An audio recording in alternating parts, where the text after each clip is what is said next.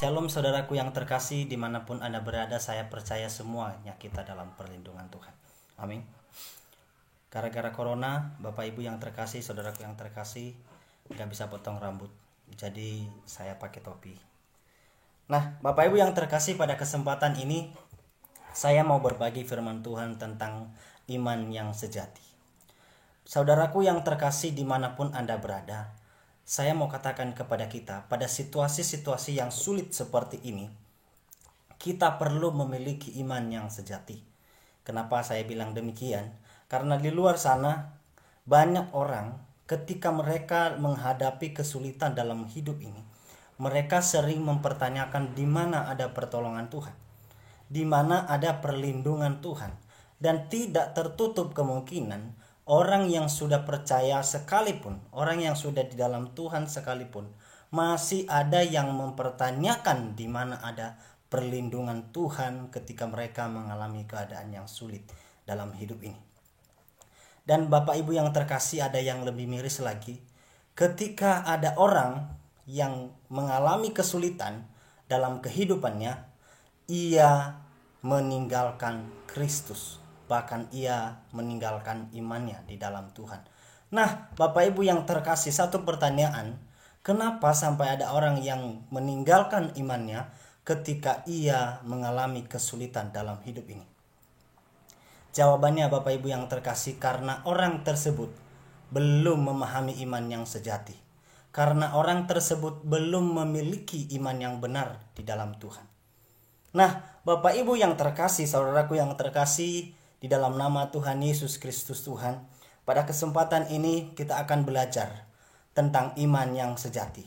Menurut Ibrani pasal 11 ayat yang pertama sampai ayat yang terakhir. Untuk mendasari tema kita pada kesempatan ini, saudaraku yang terkasih, saya akan bacakan ayat yang pertama saja. Nanti ayat yang kedua sampai ayat yang ke-40. Silakan saudara-saudara atau saudariku yang terkasih boleh membacakannya di rumah masing-masing, supaya iman kita semakin kuat di dalam Tuhan. Amin.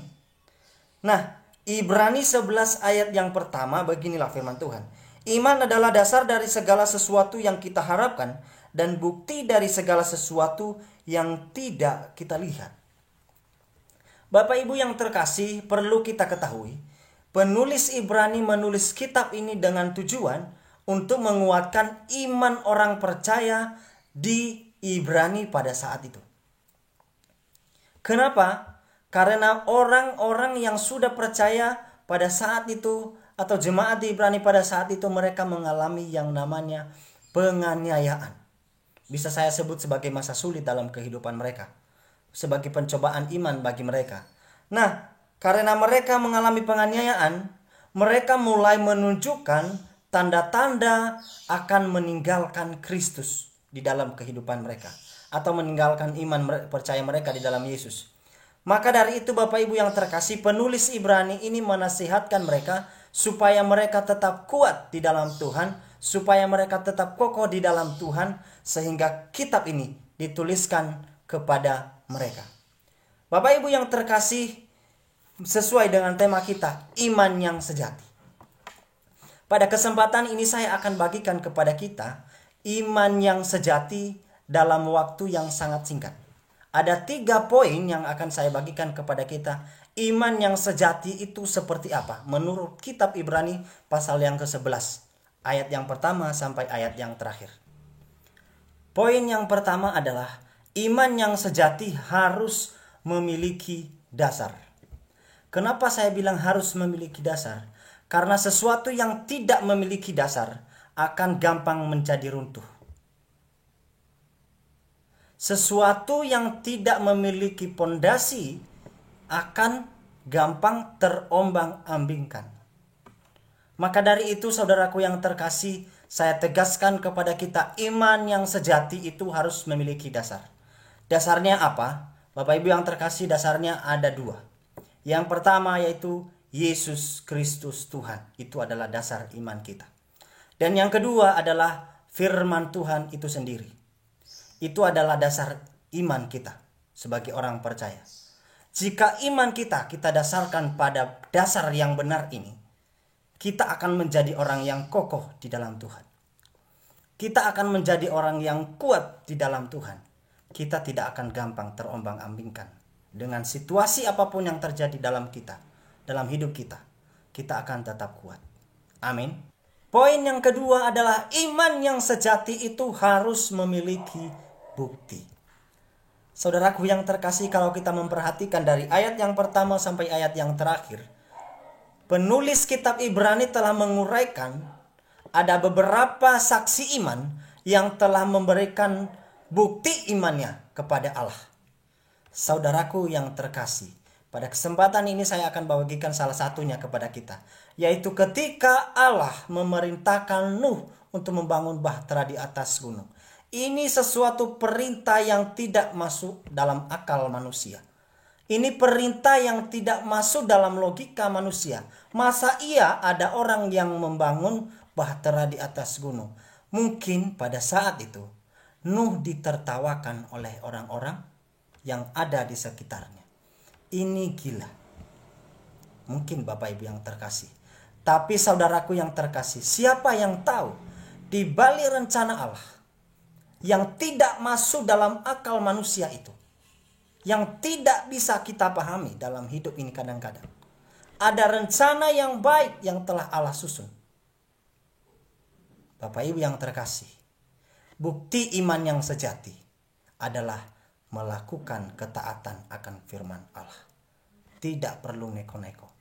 Apa yang Tuhan perintahkan, lakukan dengan memberikan buktinya, yaitu ketaatan kepada Allah.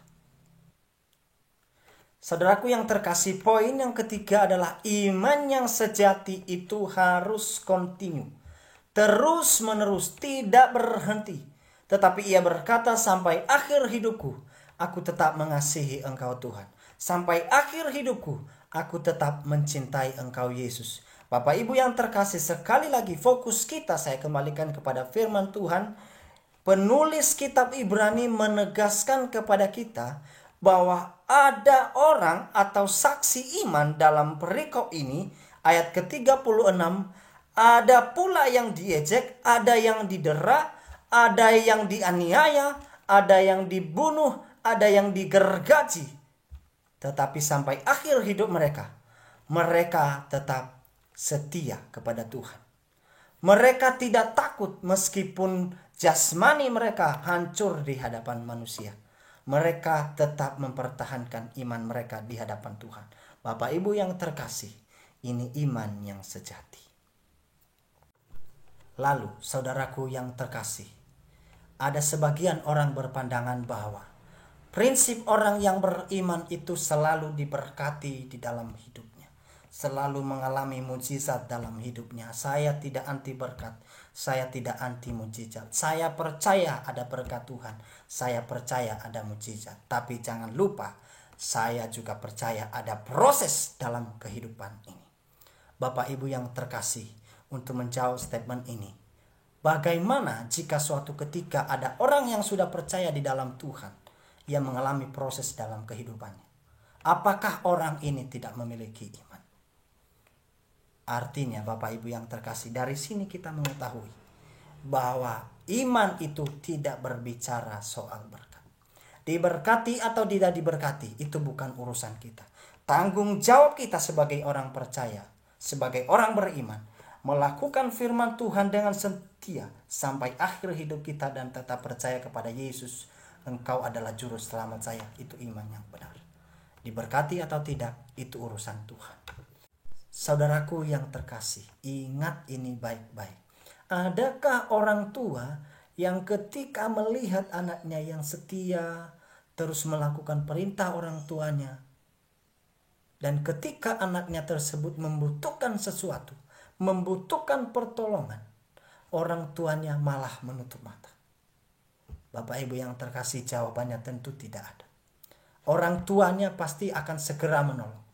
Orang tuanya pasti akan segera mencukupkan kebutuhan anaknya. Bapak Ibu yang terkasih, Tuhan kita juga lebih daripada orang tua yang ada di bumi ini. Jika orang tua yang ada di bumi ini mampu memberikan yang terbaik untuk anaknya, Tuhanmu lebih mampu untuk memberikan yang terbaik untuk kamu. Saudaraku yang terkasih, pada akhirnya saya akan tutup firman Tuhan ini dengan satu ilustrasi yang dimana tema khotbah kita tadi, iman yang sejati. Bapak Ibu yang terkasih, ilustrasinya begini. Ada seorang Kristen yang sudah percaya Tuhan, mengenal Tuhan, percaya kepada Yesus. Pada suatu ketika ia sakit, ia jatuh sakit. Pada puncak-puncak kesakitannya, Bapak Ibu yang terkasih, ia berdoa kepada Tuhan supaya ia disembuhkan. Dan dia merindukan supaya doanya itu terjawab. Bapak Ibu yang terkasih, tahu apa yang terjadi? Sampai akhir hidupnya doanya tidak dijawab. Tapi ingat baik-baik Bapak Ibu yang terkasih, apa yang ia lakukan sampai akhir hidupnya, ia juga tidak meninggalkan Tuhan. Ia tetap percaya kepada Yesus. Pertanyaan saya, apakah orang ini ketika doanya tidak dijawab, ia termasuk orang yang tidak memiliki iman? Halo?